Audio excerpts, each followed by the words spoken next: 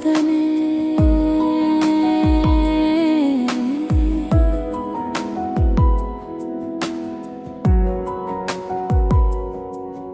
ஒரு பக்தன் வாழ்க்கை முழுவதும் சிவனை நம்பி வாழ்ந்தான். அவனது இறுதி நாட்களில் பெரிய சோதனைகள் வந்தன. உடல் மனம் இரண்டிலும் கஷ்டம் ஏற்பட்டது. ஆனால் அவன் இறைவனை விட்டு விடவில்லை. சிவன் தோன்றி, இது உன் இறுதி சோதனை என்று கூறி அவனை ஆனந்த நிலைக்கு உயர்த்தினார். உண்மையான பக்கி கடைசி வரை நிலைத்திருக்கும் ஆன்மா ஞானம்.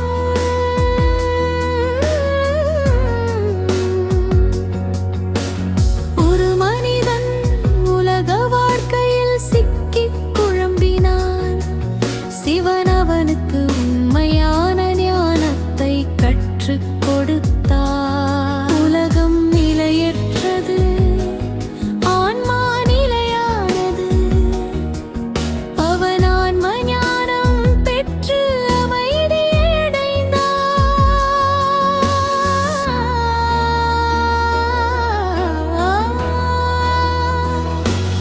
ஞானம் வாழ்க்கையின் உண்மை உணர்வு.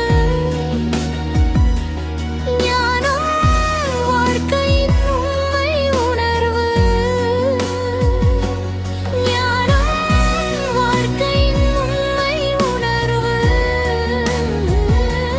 ஞானம் வாழ்க்கையின் உண்மை உணர்வு.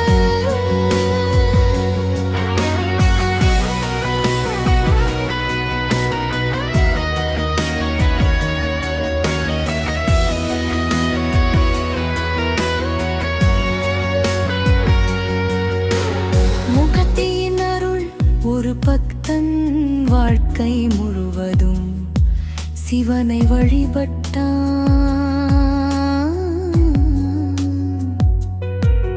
அவன் இறப்பின் நேரத்தில் சிவன் தோன்றி அவனுக்கு மோட்சம் முக்தி அளித்தார்.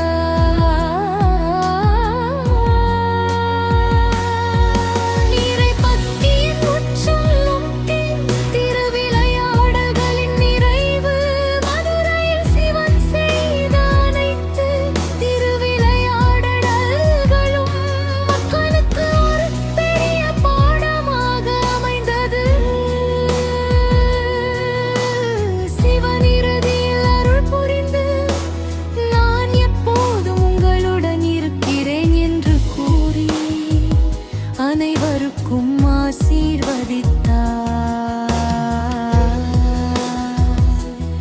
இறைவன்